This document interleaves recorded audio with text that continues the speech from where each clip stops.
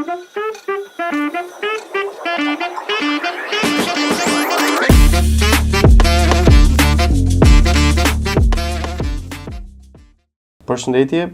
gjithëve, ja tek rishihemi sërish në podcast me doktorin. Ndërsa prezantimet e tjera janë për herë të mjekëve dhe të profesionistëve shumë të mirë, sot do doja të prezantoja krejtësisht ndryshe një nga ikonat e kirurgjisë shqiptare, profesor Edmond Çelikun, një nga personalitetet që ka vënë gur themel në formësimin e shumë brezave dhe në shpëtimin e mira jetëve në punën e tij si profesionist për qendrën spitalore Nën Tereza. Profesor, përshëndetje dhe kënaqësia e jashtëzakonshme që ju kam ftuar në emisionin tonë. Përshëndetje, gjithashtu kënaqësia është dhe imja dhe faleminderit për fjalët e mrekullueshme që thatë në adresën time.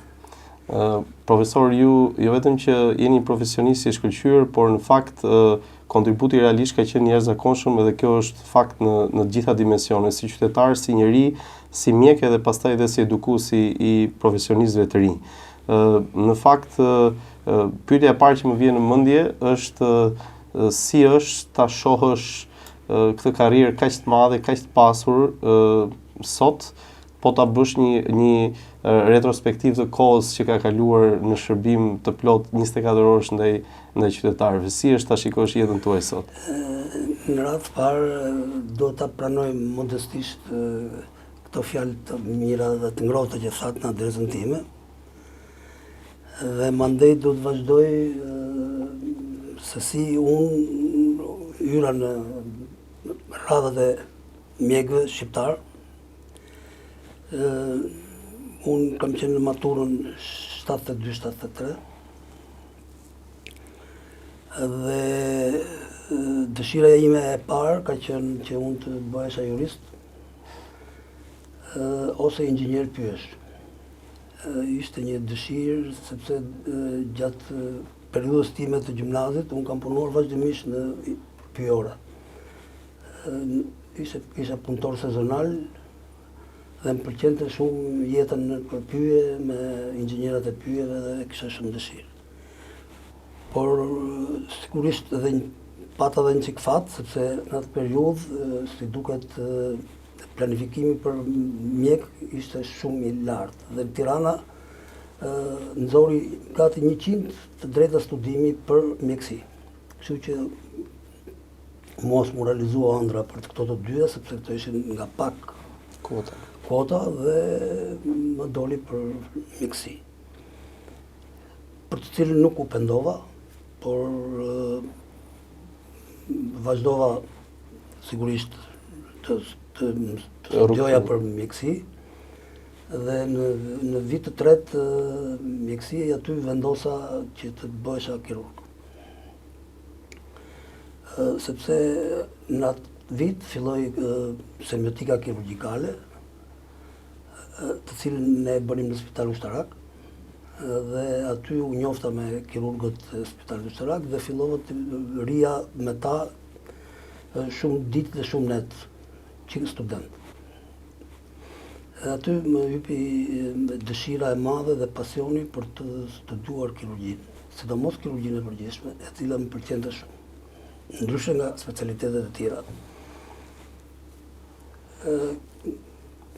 Ky ishte fillimi dhe kur mbarova, fillova specializimin në kirurgji pranë qendrës spitalore, që në atë kohë ishte spitali numër 2, jo spitali numër 2 i kirurgjisë, pranë klinikës parë, të cilën e drejtonte profesori i nderuar Petrit Gaçën.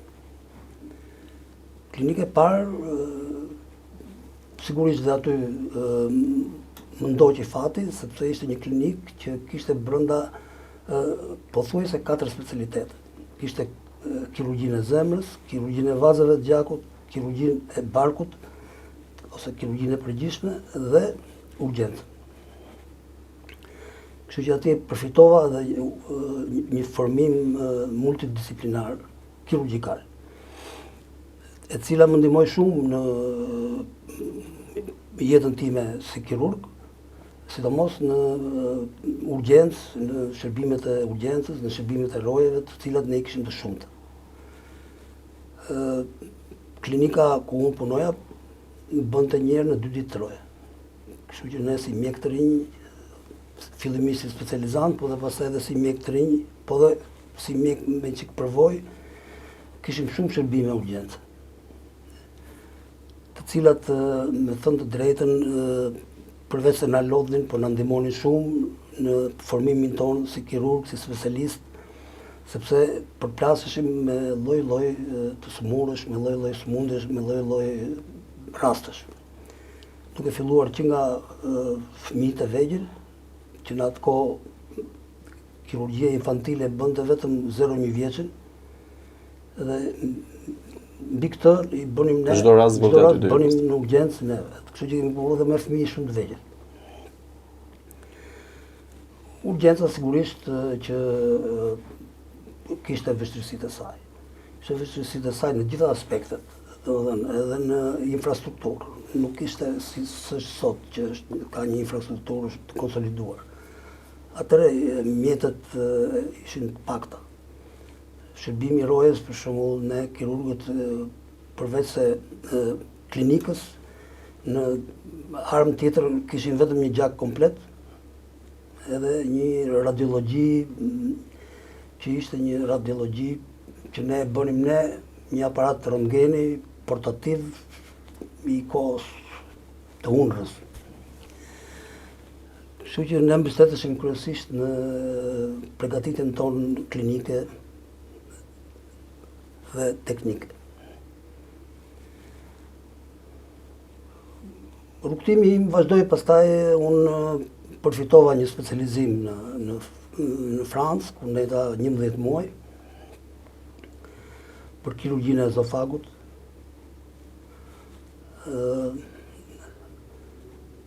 Që e bërë në një spital shumë të mirë, që i drejtoi nga mjek të cilët ishin antar të shoqatës franko-shqiptare mjekësore, që drejtoi nga Shqipëria drejtoi nga profesor Julli Popa, kurse ndej nga një kardiolog që ishte miku shqiptar, që ishte Miljezi, Pol Miljezi. Sigurisht atje pata vështirësi, duke filluar që nga gjuha e përditshme, që ishte gjuhë jo klasike, por dhe kishte një farë racizmi, sidomos mbi ne të shqiptarët, ndryshe silleshin me kombet e tjera, vietnamezët për shembull, ose me kongolezët, ose ne shqiptarët duhet të punonim shumë që të trajtoheshim në të barabartë, të na krijonin një mundësi që të na aktivizonin. Megjithatë, përfitimet ishin të mëdha dhe unë kur u ktheva arrita që t'i bëja pastaj ato çfarë mësova dhe praktikova atje, arrita t'i bëja me sukses në klinikën ku unë punoja. Më pas që profesori keni drejtuar klinikën për një periudhë konsiderueshme? Në 93-shin, në fund të 93-shit, unë jam bërë shef i klinikës parë. Sigurisht isha shef nga më të rit, sepse në klinikë unë kisha profesorët e mi që më kishin mësuar dhe tashmë i drejtoja unë, kështu që nuk ishte e thjeshtë. Megjithatë, mendimin e po atyre mësuesve të mi, unë arrita dhe ja dola që klinika e parë ishte një klinikë avangard në kirurgjinë shqiptare.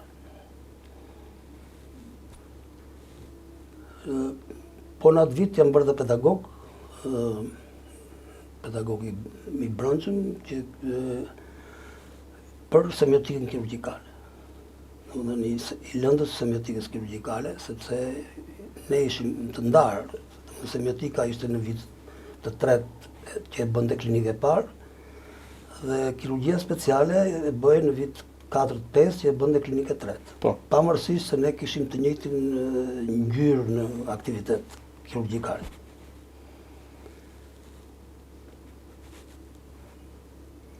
Sigurisht që kirurgjia nuk është e thjeshtë. Domethënë sa e bukur është, aq dhe vështirë është. Domethënë kërkon shumë sakrifica. Sakrifica në të gjitha aspektet e jetës, domethënë të ndan nga jeta e përditshme, të ndan nga shoqëria, të ndan nga familja, të ndan nga shumë gjëra që mosha jon i kërkonte, por puna dhe dëshira e madhe dhe impenjime që ne kishim në spital dhe në klinik nuk t'i lejonte këto. Që t'i bëje siç i bënin njerëzit që punonin jashtë sektorit mjekësisë.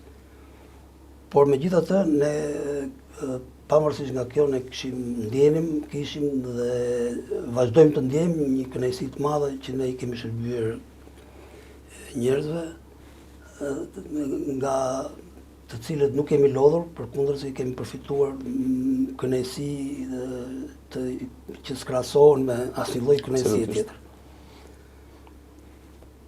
Profesor, unë në fakt në gjithë të karrierë kaq të madhe, kur ju thatë armët tona ishin gjaku komplet edhe një röntgen i vjetër, në fakt më ngeli në mendje edhe doja të të pyesja në sensin gjithmonë kirurgjikal, cili ka qenë në ato vite, flas gjithmonë, kur ju sapo keni nisur karrierën në tillë situatë, cili ka qenë ndoshta rasti më sfidues që keni patur kur këto dy armë kanë qenë të paktat pa mjaftueshme për ta zgjidhur një situatë dhe përgatitja klinike pastaj ka bërë pjesën e vet.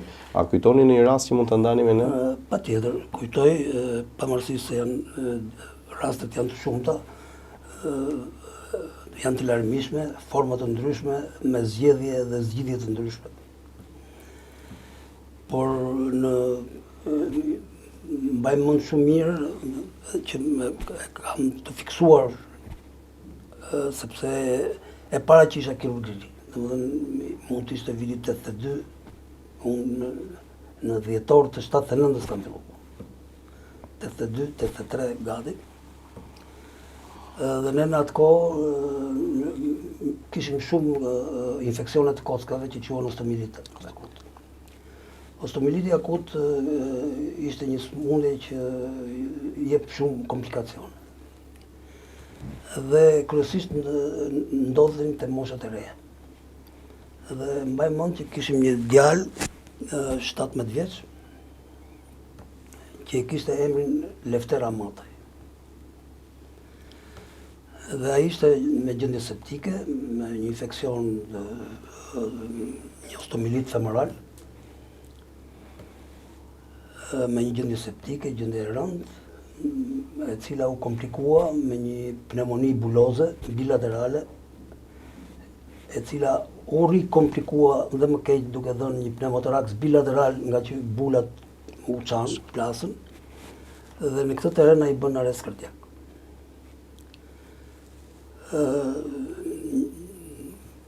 Unë qëllova në korridor të pavionit dhe me urgjencë e morëm të smurin nga dhoma ose nga ajo që kishin mes një reanimacion, po që si ishte reanimacion i vërtet, po ishte një terapi më e kujdesshme se sa në pavion.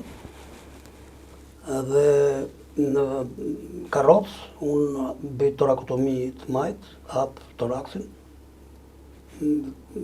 pa doreza, vetëm me bisturinë më dhanë bisturinë në dorë, kërkova bisturinë, më dhani bisturinë në dorë.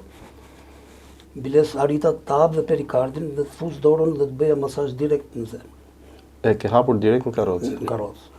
Karroca ndërkohë shtyhej për ndërtim të sallës bllokut operator. Pa arritur mirë te bloku operator, anestezistët e pavionit intubojnë fëmin dhe ashtu me tubë ne e fusim në blok në operacion, ku drenojmë dhe anën tjetër, bëjmë drenazh torakal të anës tjetër. Sigurisht që thirrëm dhe profesorat tanë, të cilët e panë ritmi i zemrës u kthye. Ai u zgjuan çik me vonesë, por pa deficite, deficite nervore nga zgjatja e kohës së apnoz që bëri ai.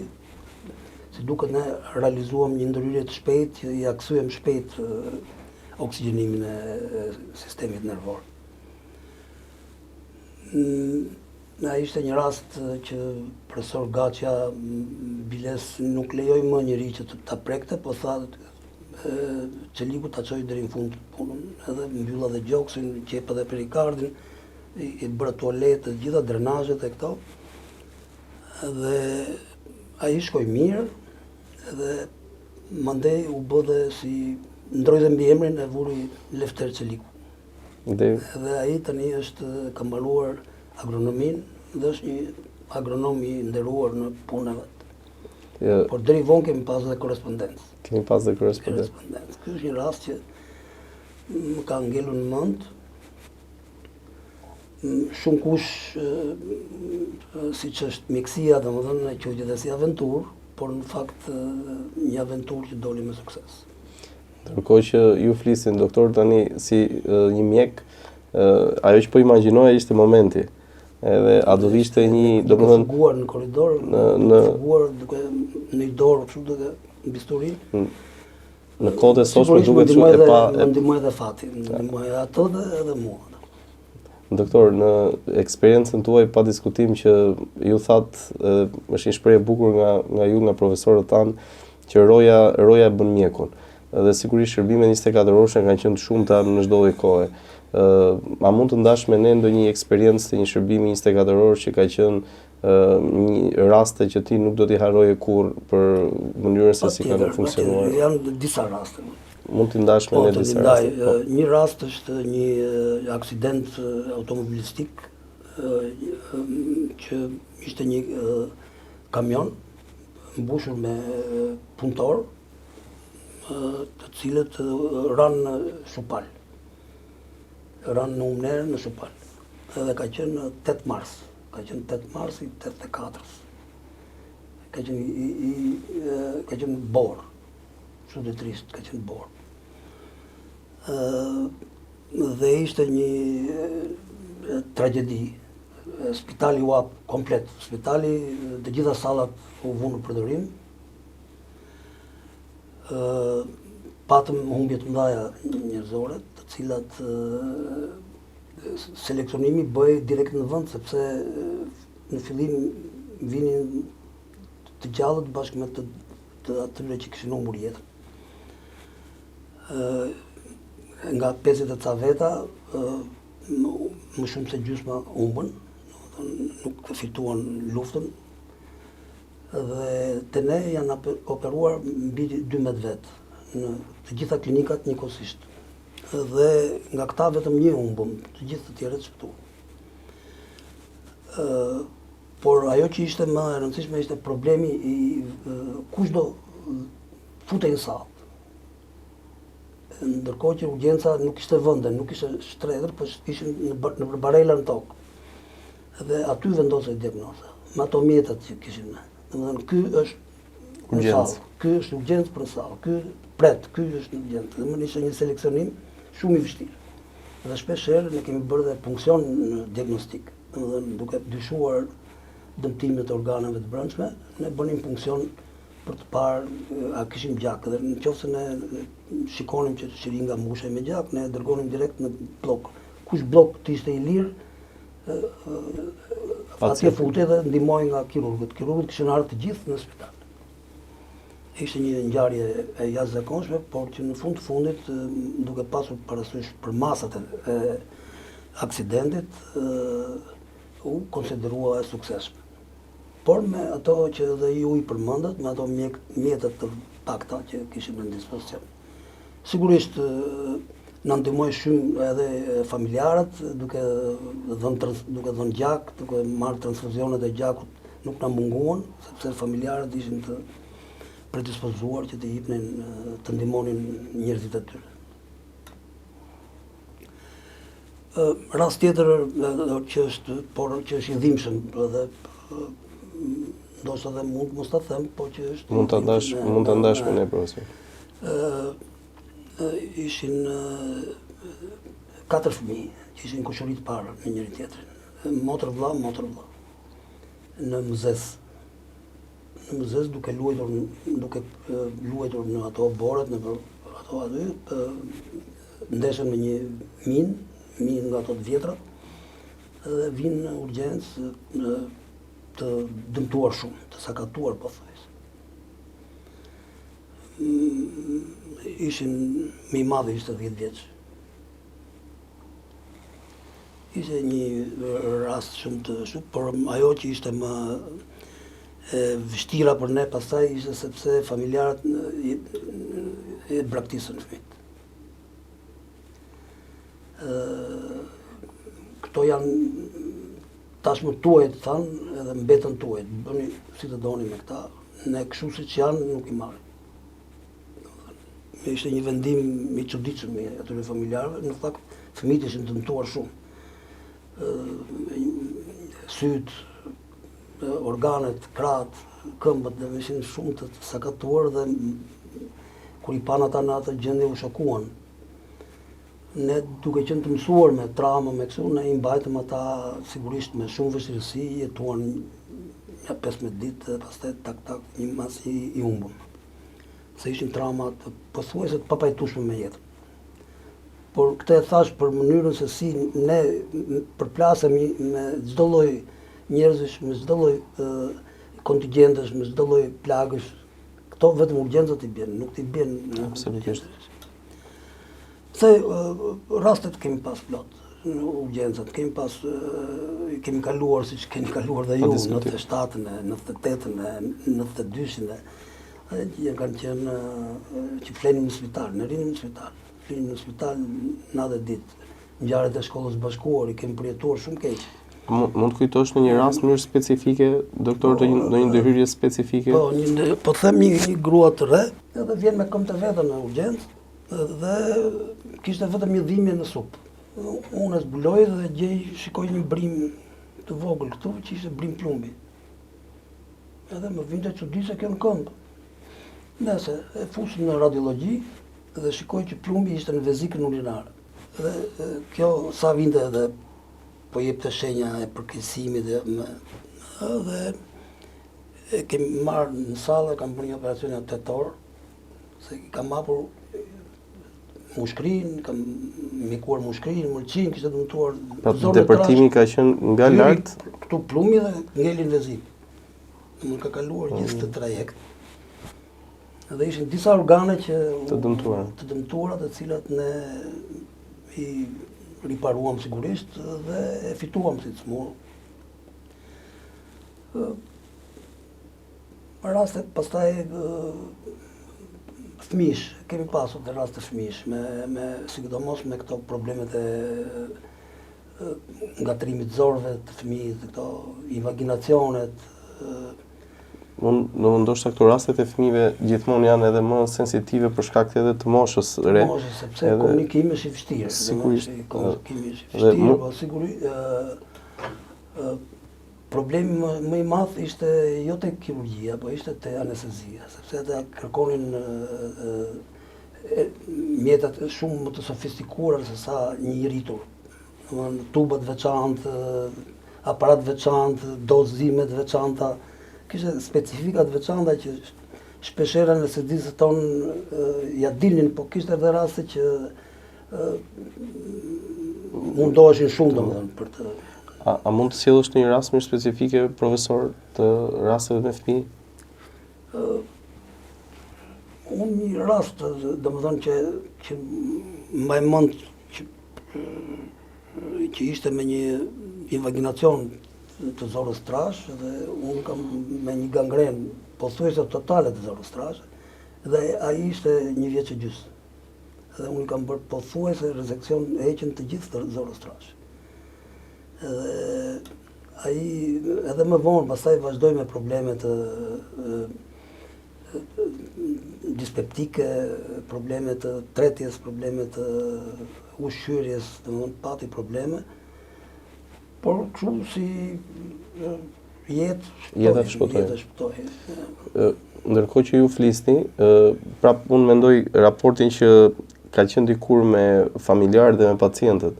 Domethënë, ajo që shoh është që dikur ka patur shumë besim, sepse jeni një dëshmi e gjallë e dy realiteteve, një realiteti të dikurshëm dhe një realiteti të sotëm mjekësisë. Dhe besimi i familjarëve ka qenë shumë i madh te mjeku. dhe lehtësia e funksionimit tuaj në sensin profesional personalisht më është dukur dikur shumë e mirë se sa sot. Sa sot besimi ka rënë tek figura e mjekut. Si e konstatoni ju, profesor, këtë lloj diference? Jam plotësisht dakord me ju. Diferenca është shumë e madhe. Shumë e madhe dhe e çuditshme. Në atë kohë, figura e mjekut dhe bluzave të bardha ishte e shenjtë.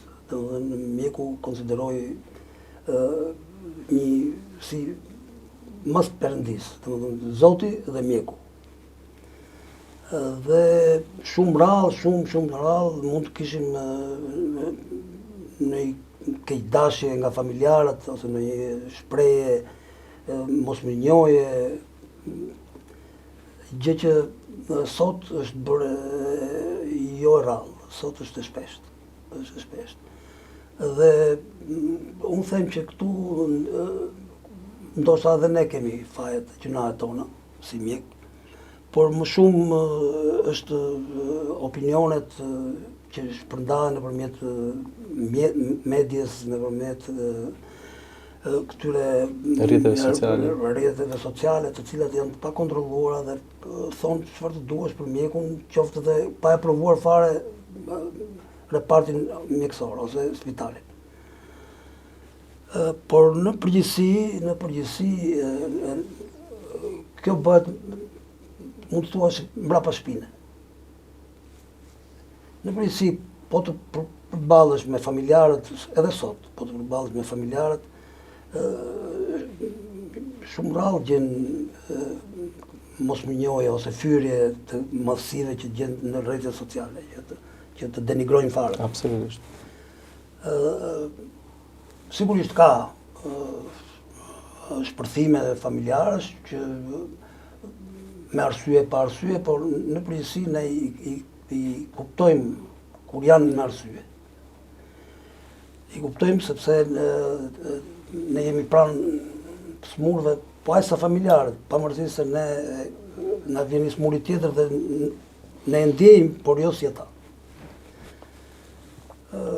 Unë për veten time, si personalisht,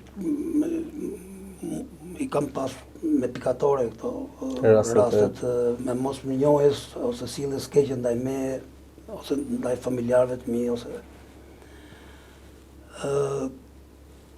por që kam vënë re këto kohët e fundit, domethënë kam vënë re këto kohët e fundit që shumë kolegë të mi ose edhe reparte të veçanta ose mjek qoftë të nderuar, të cilët në përkëmben nga këto rrjetet sociale, nga mediat, qoftë edhe nga organet gjyqësore ose nga këto organet ligjzbatuese, domethënë, të cilët i trajtojnë mjekët si banda, si kriminalë, domethënë grupe të armatosur ose grupe terroriste ose nuk e di se çfarë epitetesh i vënë, por nuk kudo në botë mjekët gjykohen nga instanca të veçanta që janë urdhri i mjekut, komisionet e etikës, për pjesën profesionale dhe profesionale, dhe nuk etiketohen si grupi organizuar terrorist ose kriminal ose për mua është komplet e papranueshme. Profesor, le të rikthehemi edhe një herë në pjesën e eksperiencës tuaj. Nëse sot do t'ju duhet të veçonit rastin më të vështirë që ju ka ngelur mendje nga gjithë karriera juaj gjatë, cili do të ishte?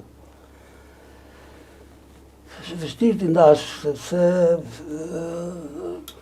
ose rasti që ju ka ngelur në mendje për shumë arsye. Mua më ka ngelur në mendje rezekcioni i parë hepatik që kam bërë për një metastaze hepatike. Metastaze hepatike ose degëzim i sëmundjes bazë, që ishte një kancer i zorës trash, që kishte dhënë një deg në mërqi, në pjesën e djathtë të mërqisë. Edhe Atëherë unë kam realizuar një operacion që është një operacion kudo që të bëhet është operacion i vështirë. Është operacion i vështirë, kërkon shumë teknikë të lartë kirurgjikale dhe një njohje të mirë të anatomisë së heparit. Dhe ky quhet operacioni rezeksioni regle ose i rregullt i heparit. Kur bëhet heqja e heparit të djathtë, është një çik më i vështirë se sa heqja e heparit të majt për arsye anatomike. Dhe për arsye fiziologjike, sepse hepari i djathtë është gjithmonë ka 60% deri në 70% të peshës në organizëm, si biologjikisht, se sa i majt. Është operacion që pret shumë ndërlikime, kujdesi post-operator duhet të jetë maksimal, sepse ka ndërlikime, që nga mënyra se si hepari që ka ngelur funksionon. Nëse hepari mëlçia që ka ngelur nuk përballon dot nevojat e organizmit, atë çmund mund ta humbish kollaj, sepse ai nuk bie në koma dhe nuk jeton dot. Fatmirësisht, ky rasti që bëra unë, që ishte edhe i pari që unë bëja, shkoi mirë dhe nga ai moment unë pastaj kam vazhduar të bëj kirurgji të heparit, qoftë majt, qoftë djathtë, me rezultate shumë të mira, domethënë rezultate të krahasueshme me klinika të mira. Sigurisht këtu pastaj edhe kirurgjia e ezofagut. Kirurgjia e ezofagut, sidomos në këto djegjet e ezofagut. Djegjet e ezofagut janë kanë një urgjencë të frikshme. Sidomos kur ezofagu digjet nga lëndët të paditura, që ne nuk i dim, sepse edhe i smuri nuk e di se çfarë ka pirë ose çfarë ka bërë. Atëherë janë vendime që duhen marrë në moment. Se çfarë duhet, se si duhet sillemi me këtë. Kështu që kemi pasur raste që kemi hequr ezofagun që në moment në parë, duke konsideruar të djegur, që janë ndërhyrjet shumë të vështira, që bëhen me 2-3 etapa, nuk bëhen vetëm me një etapë. Dhe këto janë raste shumë të rënda, por ne kemi fituar një farë eksperiencë, me thënë të drejtën, dhe jemi më të sigurt tani kur ndeshesh me të tilla raste. Doktor, në karrierën tuaj, a ka pas një moment kur keni hyrë në sallë për një rast që në dukshmëri mund të ketë qenë një rast normal, por gjatë rrugës është komplikuar dhe ju është dashur që të keni ekipe të tjera bashkëqyruse për ndoshta mund të kujtoni një rast më specifike për ta ndarë me ne, sepse kirurgjia është një fushë aq interesante sa që asnjëherë nuk mund të thuash edhe për kirurgji minore që çdo gjë është okay, sepse ka raste që komplikohet dhe ju e dini më së miri këtë pjesë. Po, mund t'ju them 2 raste. Janë një rast më thirrën në Spitalin Sharak me një plagosje me armë zjarri, i cili kishte dëmtuar kavën. Por kavën poshtë heparit, poshtë mëlçisë. Që ata kishin 2-3 orë që merreshin me këtë punë dhe ai kishte humbur gati kishte marrë një 20 ampula gjak deri në atë kohë. Futëm në operacion, ishte shumë e vështirë për ta gjetur defektin. Nuk orientoheshim mirë, domethënë se menjëherë na mbushej fusha me gjak. Këtë i merrte gjak, këtë i humbte gjak. Pastaj me thirrëm mlodhëm disa kirurg vaskular, anestezist, një grup anestezistësh, dhe arritëm të vendosim një tub në venën kava, që e modeluam, që ishte një kateter urinar që i frym ballonin sipër dhe e lidhëm poshtë defektit. Dhe aty pastaj avash qarkullimi bëhej nëpërmjet tubit, dhe ne arritëm të gjenim defektin, mbasi e kthyem mëlçin në anën e dur, e qepëm, restauruam atë vendin e kavës dhe e fituam të smurin. Po kështu është dhe një rast tjetër që unë kam thirrur pothuajse të gjithë. Ai kishte qenë një fest, edhe kishte pësuar një plag me thik, që në duke është një plag e vogël në kavitetin në paret, që unë e mbajta në mbikëqyrje gjatë natës, domethënë në shërbim. E vura re që ai filloi të ketë probleme në mëngjes, domethënë duke patur probleme klinikën e një hemoragjie. E marrë në sallë, zbuloj atë, i thith, e pastroj barkun nga gjaku, kërkoj lezion, zgjeja lezion, ku ishte dëmtuar, nuk e gjeja dot. Ishte pa mundur që unë të mbyllja barkun, edhe unë thras shefen time në atë kohë, që ishte doktore Shëpshem Golemi,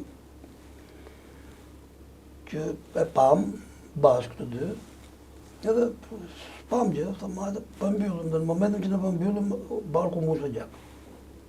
Me aspiruam me bëm prap, kërko, së gjetëm një. Thirrëm kirurgun vaskular. Erdhi kirurgu vaskular, e njëjta histori. Kur pëmbyllim, flasi gjaku. Atëre, duke u konsultuar të gjithë bashkë, arritëm në një konkluzion që do të parë kava, dhe ashtu u gjetëm. Ai kishte marrë një, domethënë kishte shpuar kavën, po aq holl edhe nga mbrapa. Ne punuam nga përpara kavën, nga mbrapa u kishim që ne aty rrith. Në u desh gjithë ajo disa orë punë, që mirë që e gjetëm mirë, se ishte shumë e vështirë. Edhe kështu që kirurgët e shkret ndodhen para të tilla gjërave të papritura, domethënë, por si themi ne, kemi dhe një çik na ndihmon ndonjëherë fati që të dalim, dhe mund të gabosh kur të duash. Por kur është mirë që mos bësh aventura, është mirë që të thrasësh kolegët që janë, kur vjen ai nga jashtë është më i qetë, më i ftohtë. Është të jep mend ose edhe të ndihmon, domethënë është mirë që të kesh kolegë të tillë, domethënë që të ndihmojnë të. Doktor, keni pas në një moment ku ndoshta ngarkesa emocionale ka qenë aq e lartë sa që mund t'ju ketë shkuar një herë në mendje për të bërë ndonjë hap pas? Nga vështirësia, nga ngarkesa, nga një periudhë. Në mendje më ka shkuar po asnjëherë se më tregjer. Biles shumë kolegë thoshin se unë kur kam qenë i vogël, domethënë kam jetuar një 3 vjet në Kinë me prindrit.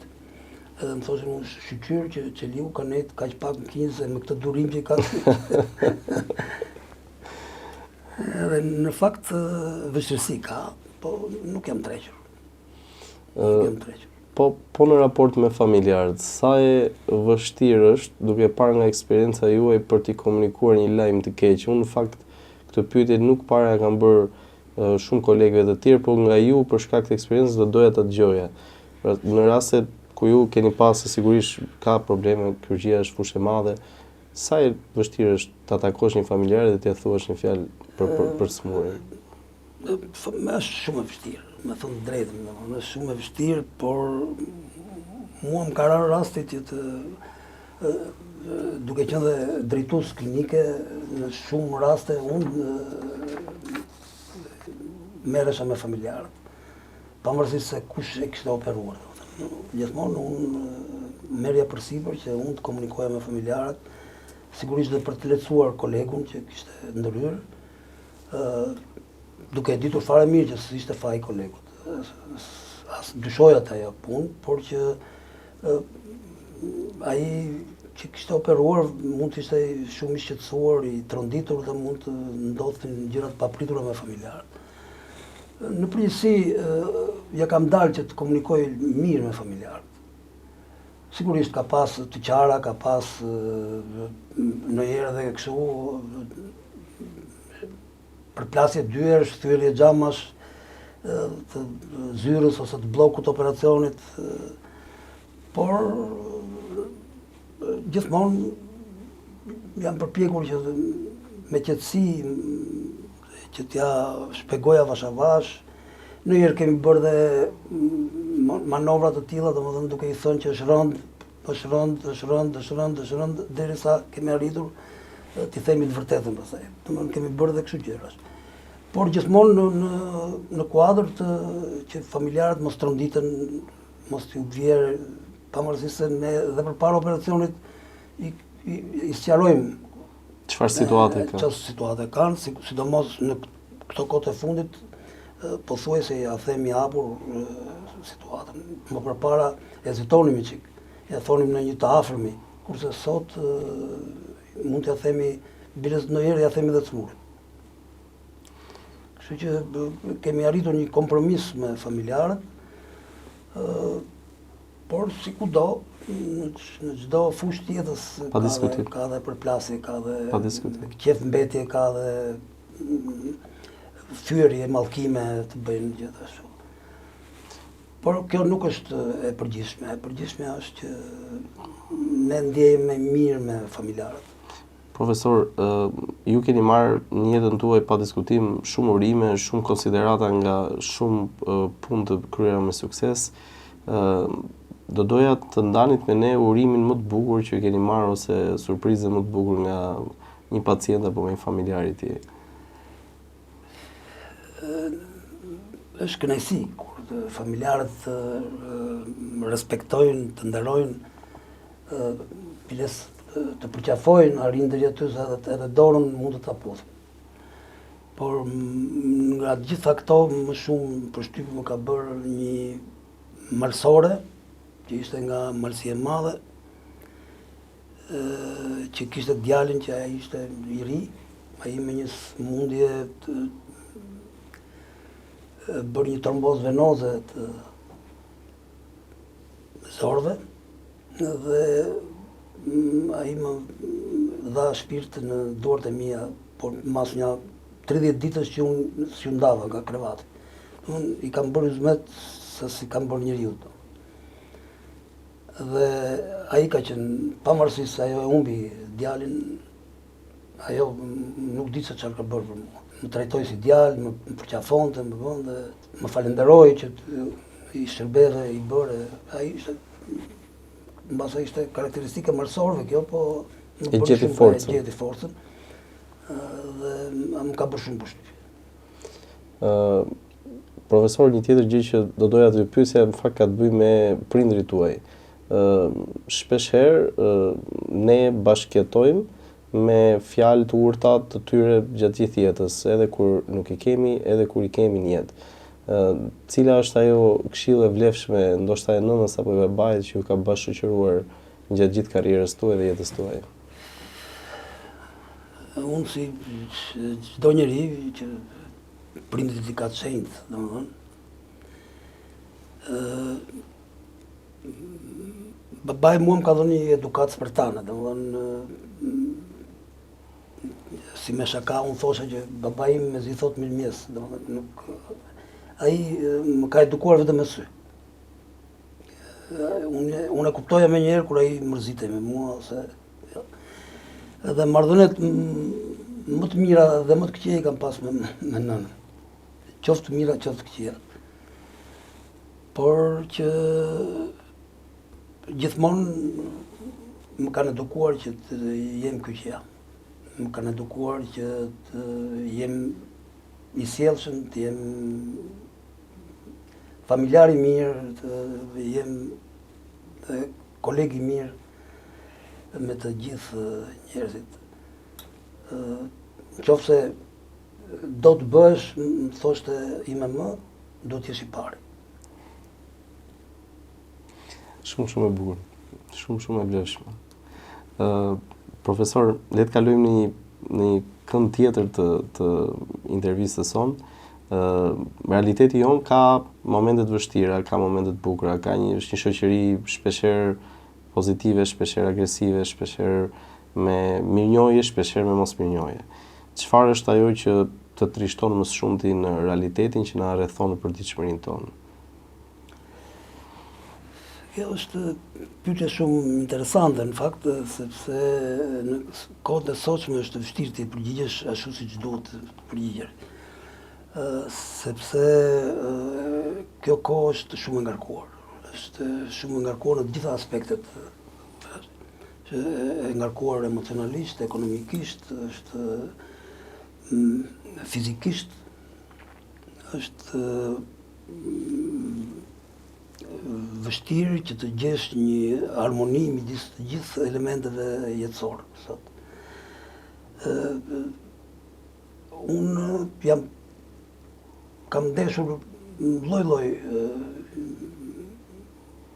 njerëzish në karrierën time prej 40 vjetësh si kirurg. Vështirë ndjesh kur ke dhënë gjithçka dhe nuk merr atë që meriton sidomos nga kolegët. Nga kolegët, të cilët sigurisht janë të rrallë, por që ka kolegë të cilët nuk janë mirënjohës për atë që ti i ke ndihmuar, pavarësisht se na takonin të ndihmonin, por në fundit duke qenë se konsideroheshim si mësuesi, unë për veten time e respekton në breza. Edhe sot e kësaj dite edhe ata që s'janë i respektoj. Edhe janë i shikoj. Këto janë momente që unë jam munduar të jetë mbrapa, të jetë dhe të vazhdoj përpara duke qenë pacifist në përgjithësi, duke kërkuar edhe të vetja dhe të njerëzit që më rrethojnë paqe. Për ta vazhduar tani si psikiatër këtë mendim, sepse pa diskutim dhe për mua mosmirënjohja është një ndër elementet më jo të duhur në cilësitë më jo të duhura të një individi. Nëse sot kemi rast ose nëse ju përballeni apo dikush tjetër, cila do ishte këshilla që do i drejtojë një të riu sot, një mjeku i cili haset me një koleg të tillë mosmirënjohës, cila do ishte këshilla e një profesionisti që e ka kaluar këtë rrugtim përpara dhe e ka ndier këtë gjë në kurrizin e vet? Domthon këshilla që unë tani siç thot që kthej faqen tjetër, në fakt nuk jam dhe aq kollaj që ta kthej faqen tjetër. Por unë këtë këshill do i jepja, kthej faqen tjetër. Kthej faqen tjetër. Kthej faqen tjetër. Këshill për sa i përket gjërave të tjera profesionit, do i thosha që çdo të riu sot mos pyet sa e ke rrogën, por mundohu të realizosh ëndrat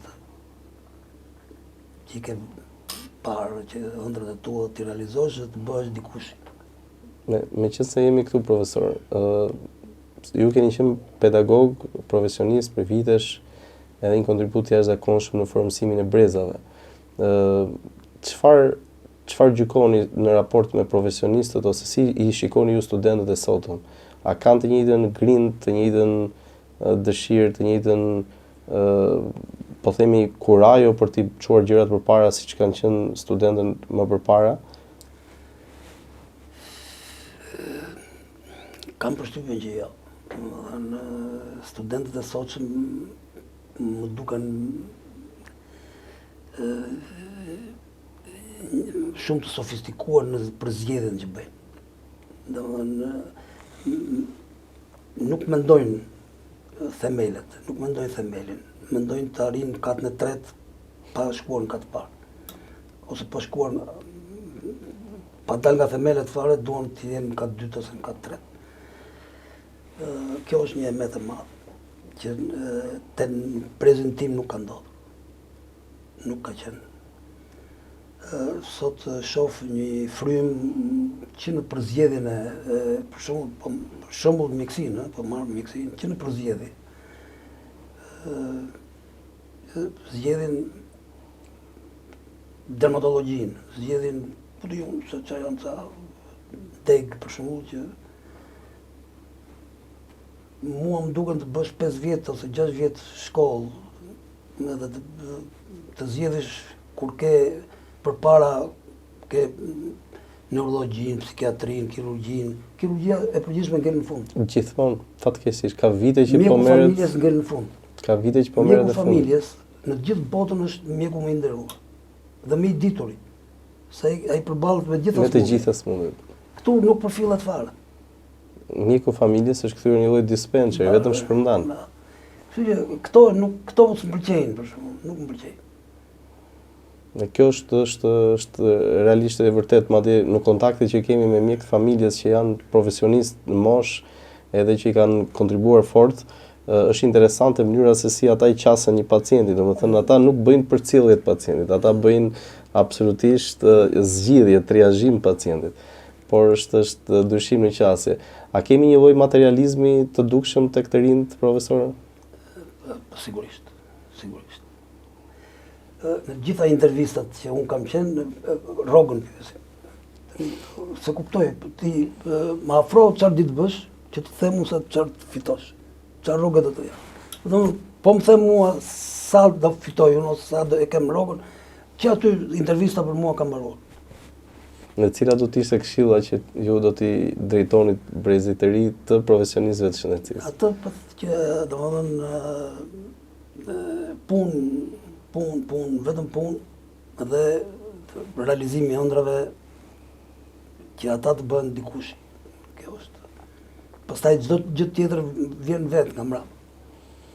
Profesor, edhe një këndvështrim tjetër. Në jetën e kirurgut ju e përmendët disa herë që ju ka ndihmuar fati, edhe deri diku përgatitja pa diskutim vetmohimi për ta çuar rastin deri në fund ta zgjidhin siç duhet. Po a ka ndonjë forcë të mbinatyrshme që profesor Monçeliku mund të thotë që e ka ndihmuar në sallë? Është një pyetje që shpeshherë ata që na shohin edhe që na ndjekin e pyesin për kirurgët gjithmonë. Në fakt unë besoj, sigurisht besoj, lutem ndonjëherë dhe shpesh gjatë gjithë interventit, por nuk jam praktikant në thënë drejtën. Pra, edhe ju besoni? Besoj. Okej. Dhe në momentet që jeni të mërzitur, keni ndonjë telefon emergjence që bëni të parin? E mbyll fare telefon. Kam marrëdhënie shumë të këqija me telefon. Unë e pata të vështirë për të kontaktuar, kështu që deri këtu është kam telefonin për mezi. Kam marrëdhënie jo të kënaqshme. Profesor, tashmë i rikthem edhe një herë pyetjes parë në emisionit. Si e shikoni këtë rrugtim të bukur profesional deri më sot? Si e shikoni jetën tuaj deri më sot? Mua më ka dhënë jetë, në fakt. Më ka mbajtur gjallë.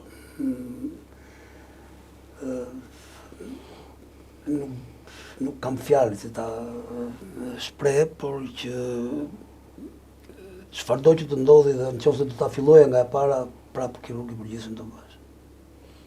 Dhe si do doje që njerëzit të mbajnë mend në mënyrë profesionale dhe në mënyrë njerëzore, sepse secili nga ne ka një qëllim se si do duam ta mbajnë mend njerëzit. Nga ana profesionale ka jo pak mjek të zot profesionalisht, po unë dua që të më mbajnë mend edhe si njeri.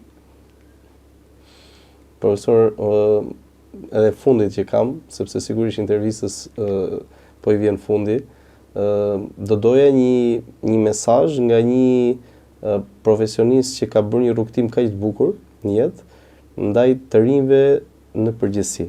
Pra jo vetëm profesionistëve të shëndetësisë, por të rinjve në përgjithësi. Cila është këshilla ndaj tyre, këtij brezi që është shumë i materializuar her pas here dhe shumë i dhënë ndonjëherë edhe mbas një humbje të kohës, ndërkohë që ka prioritete të tjera. Cila do të ishte këshilla juaj ndaj tyre? Këshilla ime, domethënë për të rinjt e shoqëm dhe veçanërisht këta që aspirojnë që të bëhen mjek, do ju thosha që qenia njeri është esenciale dhe dyher më shumë esenciale është që jam mjek i mirë.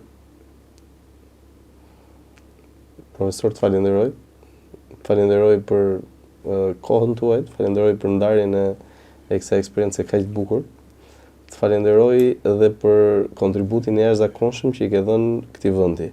Në gjykimin tim personal, njerëzit ndahen në njerëzit që duan të japin kontribut dhe njerëzit cilët duan në çdo mënyrë të arrijnë gjëra të shpejta, por jo të japin kontribut. Kështu që ju jeni nga ata që keni dhënë kontribut edhe unë ju përgëzoj dhe ju komplimentoj si një profesionist i ri në moshë dhe si një student juaj. Me kënaqësi që kontaktuam bashkë, që bëm të podcast shumë të këndshëm dhe shumë si model podcast i sinqert, i ndershëm. Dhe gjithashtu duhet t'ju falenderoj dhe juve që merreni dhe promovoni ose më shumë nëpërmjet kësaj marrëdhënie të podcastit i japim një mesazh të rinjve që na shikojnë, që unë besoj se të na dëgjojnë në një nga gjërat e vogla që thamë. Të falenderoj, profesor. Edhe unë falenderoj ju për të gjithë. Duke u falenderuar për vëmendjen tuaj, do të shihemi si çdo të mërkurë në ora 19 në podcast me doktorin. Faleminderit.